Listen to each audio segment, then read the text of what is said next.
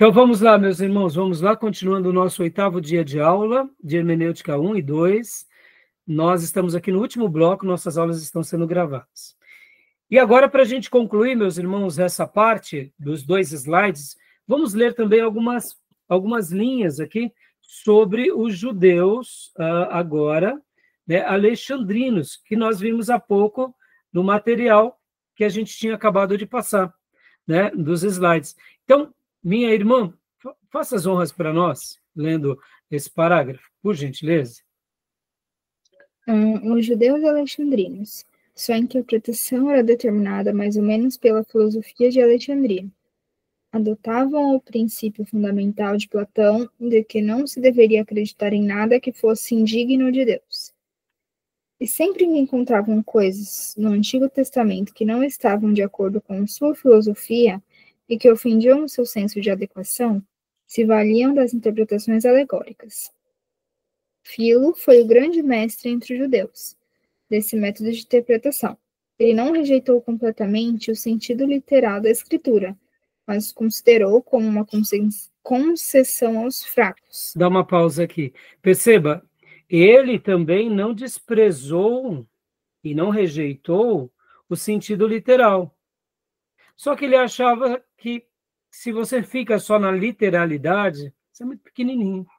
Mas tudo bem. Mas percebam que ele não está desconsiderando. Ou seja, ele traz um equilíbrio. Continua para a gente. Por favor, Miriam.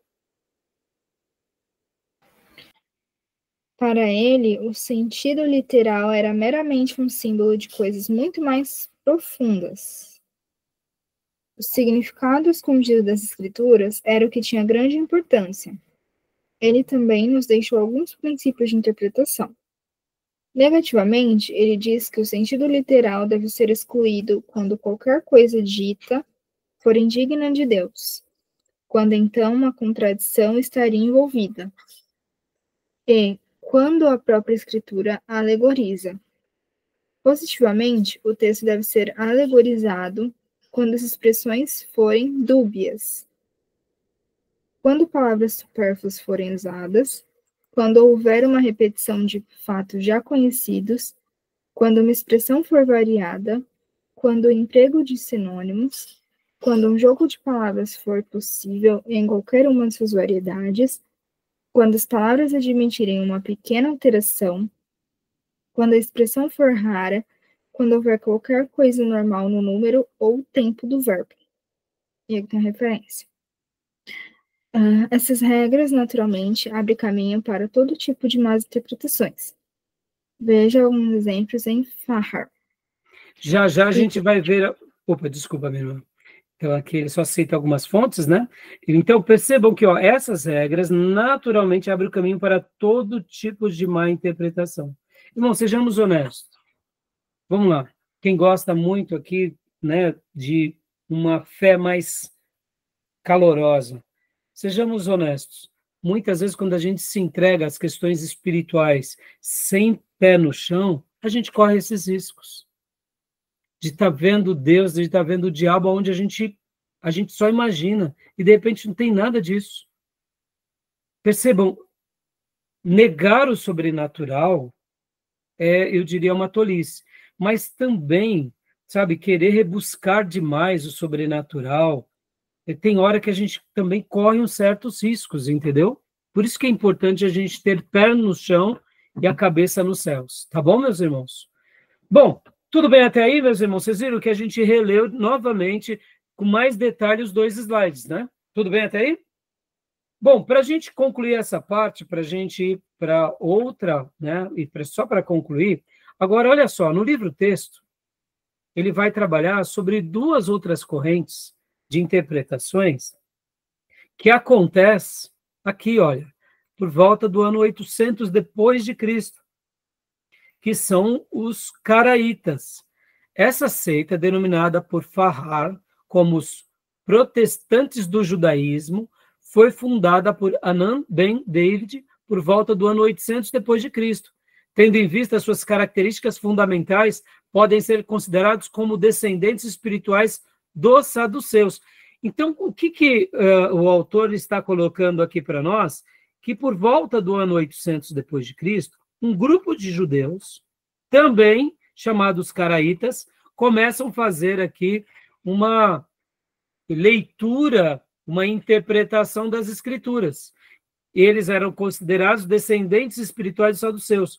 Olha só o que dizem. Representam um protesto contra o rabinismo, que foi parcialmente influenciado pelo maometismo. Ou seja, por que aqui ele está citando o ano 800? Porque a partir dos anos 600, começa a existir no mundo os islâmicos e a expansão muçulmana. E então, segundo o nosso autor aqui, os maometanos influenciaram quem? O rabinismo, os rabinos. E aí nasce esses caraítas como um protesto. E aí, olha só, a forma hebraica da palavra caraíta, ou Bene Mikra, filhos da leitura. Eram assim chamados porque o seu princípio fundamental era considerar a Escritura como uma autoridade única em matéria de fé. Percebam, irmãos, que mesmo entre os judeus, aqui a gente está falando no ano 800 depois de Cristo, eles estavam querendo voltar mais para as Escrituras.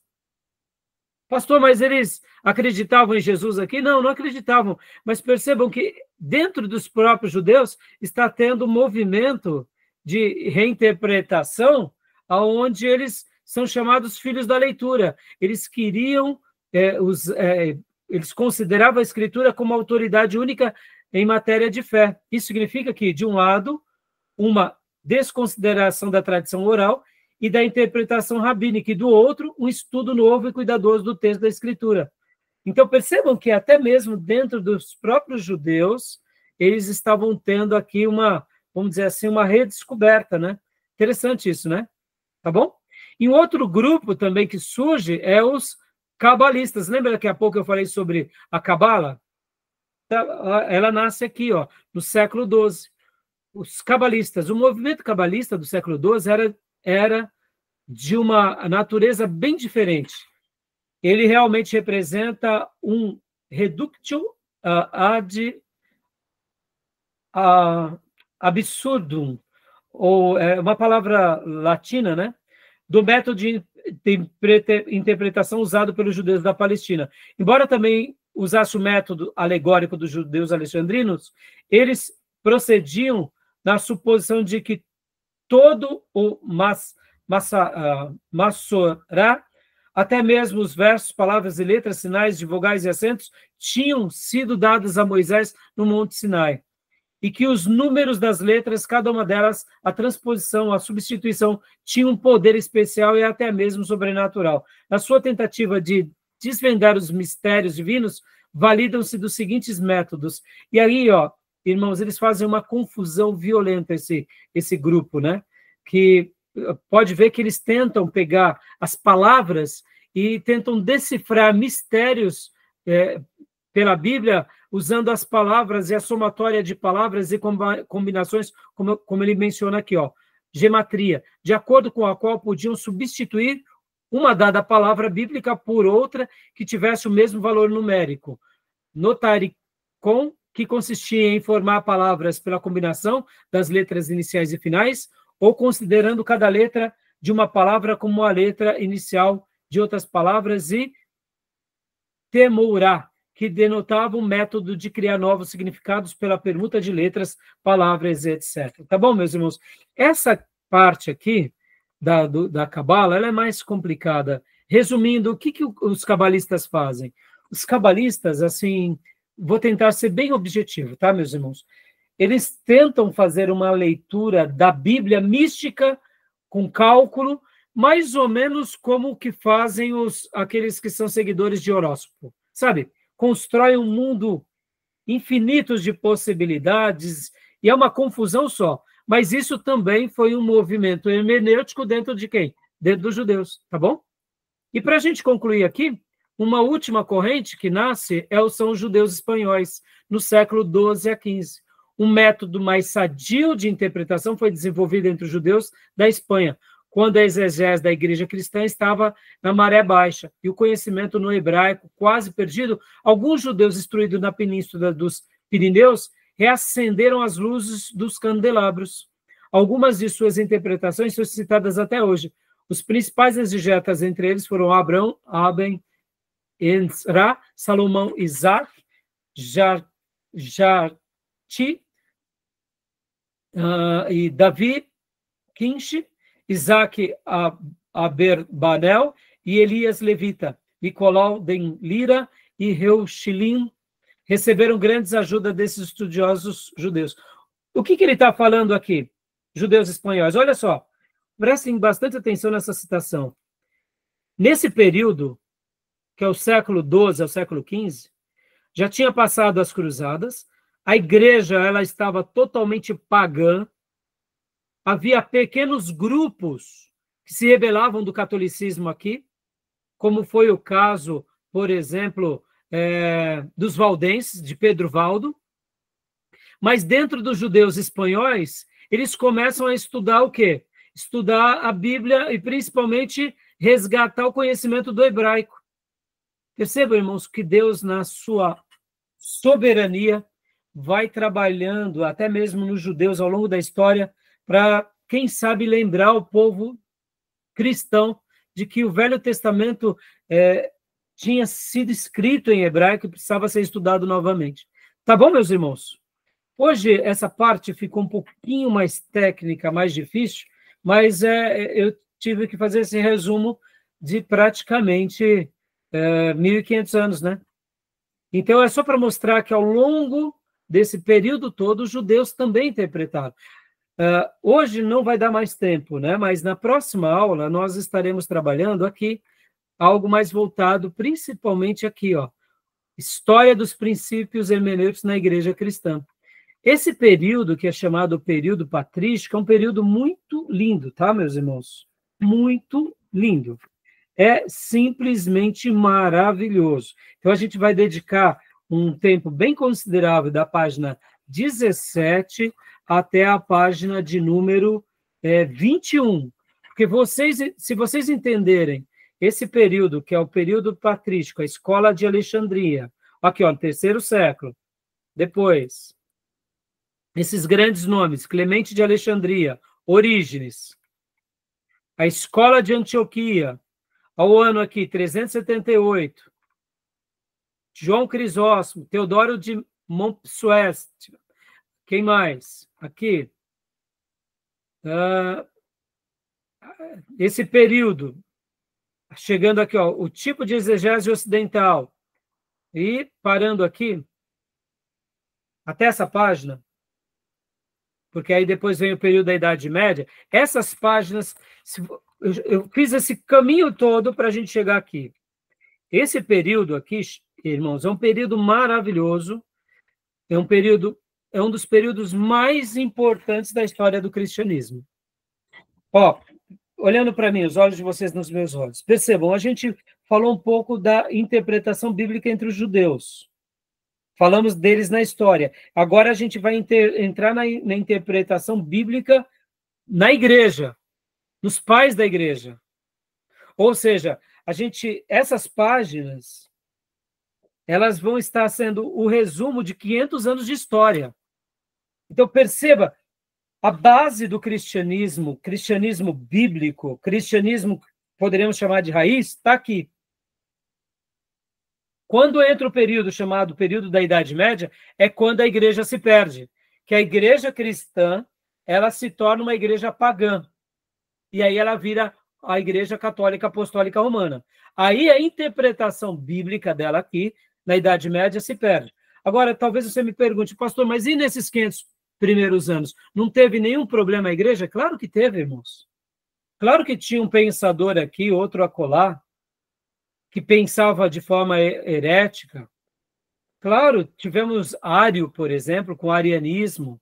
Tivemos outros pessoas que Pelágio, por exemplo, é um outro líder do cristianismo que começou a se enveredar para uma heresias. Então, nesses 500 primeiros anos, não é que a interpretação foi 100% sem pegar nenhum atalho, não. Mas quando alguém pegava algum atalho, a igreja se reunia. Quando pegava algum atalho, os irmãos se reuniam. E eles falavam, não, não, nós não acreditamos assim. Nós não pensamos assim. Né? Então, durante esses 500 primeiros anos, tivemos, sim, heresias muito sérias, muito grandes, perigosas, mas só que os nossos irmãos, nesses primeiros 500 anos, eles eram crentes muito piedosos. Só para vocês, para a gente concluir essa aula de hoje. Eles estavam dispostos a morrer por Cristo, irmãos. E aqui, nesses primeiros 500 anos, mesmo que ali depois de Constantino e Teodósio, a igreja se torna, o cristianismo se torna a igreja oficial do Império Romano, mas eles eram firmes. Tinha, sim, um imperador, tinha, sim, uma politicagem, tinha, sim, umas besteiras, mas os nossos irmãos, como foi Agostinho, como foi tantos outros, João Crisóstomo, como foram os pais da Capadócia, os pais do deserto, com algumas exceções, eles eram muito sérios, irmãos, muito crentes. Então, na aula da semana que vem, a gente vai trabalhar nesse período e vamos seguir um pouco a mais. Mas é óbvio, irmãos, eu quero me fixar aqui com vocês, nesses primeiros 500 anos, pincelaremos a Idade Média rapidamente, porque, irmãos, vocês já sabem, o romanismo ele nasce na Idade Média, e aí a gente vai depois para a Reforma Protestante, que é o retorno da reinterpretação, tá bom? Que é o que importa para nós. Tá bom até aí, meus irmãos? Então, eu sugiro vocês pegarem o livro-texto, esse livro aqui, já começarem a comer ele, porque aí vocês vão anotando, ao chegar aqui na aula, aí a gente vai tirando as dúvidas. E depois da semana que vem, percebam, a gente vai concluir essa parte e já vamos entrar naquilo que nós chamamos das bases da nossa interpretação, que é a história, que é a gramática e que é a teologia, ou seja, a nossa interpretação histórica, interpretação gramatical e interpretação teológica. Tá bom, meus irmãos? Você viu, hoje eu tive que gastar um pouco de tempo, um pouquinho diferente, mas faz parte do nosso currículo, e ao longo do curso vocês vão assimilar melhor. Vocês vão dizer, agora eu entendi, pastor. Aquilo que o senhor disse lá de hermenêutica, está fazendo sentido agora na história da igreja. Agora eu estou compreendendo. Na aula de introdução ao Novo Testamento, pastor, ficou claro para mim. Porque, como é muita informação, então vocês não tenham medo, né? Vão devagar, vão lendo os livros, vão nos procurando aqui nos nossos canais de WhatsApp, de Telegram, para a gente tirar as dúvidas, tá bom? Tudo bem? Joia, meus irmãos? Alguma pergunta? Não. Todas as perguntas, né, Beatriz? Né, Elisângela? Eu estou vendo a Elisângela assim, meia... Ai, meu Deus do céu, onde eu fui? Como diz, né? Onde eu fui amarrar o meu jeguinho. Mas você viu, Elisângela, você começou, né, um pouquinho depois da primeira aula, mas aquele livro foi mais fácil de assimilar, né? Porque você assimilou. Esse daqui tem esses dados. Eu sei que... deixa eu até fazer uma defesa, viu, irmãos? Todos os livros que são sérios, eles não se tornam clássicos porque eles querem nos agradar. Mas eles se tornam clássicos porque eles querem nos fundamentar no que de fato aconteceu. Por exemplo, irmãos, vamos pegar aqui a nossa história do protestantismo. É uma história muito bonita, mas também é uma história que teve muitos erros, concordam? Então, quando alguém está sendo honesto numa aula, ele tem que falar dos acertos, das bênçãos, mas tem que falar também dos tombos, dos erros, porque senão a nossa aula não é uma aula baseada em fatos, em realidade, não é verdade? Então, por isso que esses clássicos, tem hora que eles se tornam um pouquinho pesado por isso, mas fiquem tranquilos, não tenham medo, vão lendo, relendo, eu vou ter toda a paciência para explicar para vocês, por isso que eu indico sempre ao aluno, irmão Diego, o irmão que vai começar conosco no próximo módulo. Por isso que eu indico participar dessas aulas em tempo real. Porque elas vão ser um pouco mais difíceis, mas vai chegando uma hora que o irmão vai falar assim, peguei o ritmo. peguei o ritmo. Porque nada, nós ficamos aqui 2h30 de aula. É 2h30 numa terça, 2h30 numa quinta, mais a leitura do livro, mais os vídeos que eu coloco para vocês, mais o material extra, que vale nota, né? Ou seja, se nós somarmos os horários de 2h30, são 10 encontros, nós damos, em média, 25 horas de aula, né? Ou seja, é como se pegássemos um dia inteiro fora, né?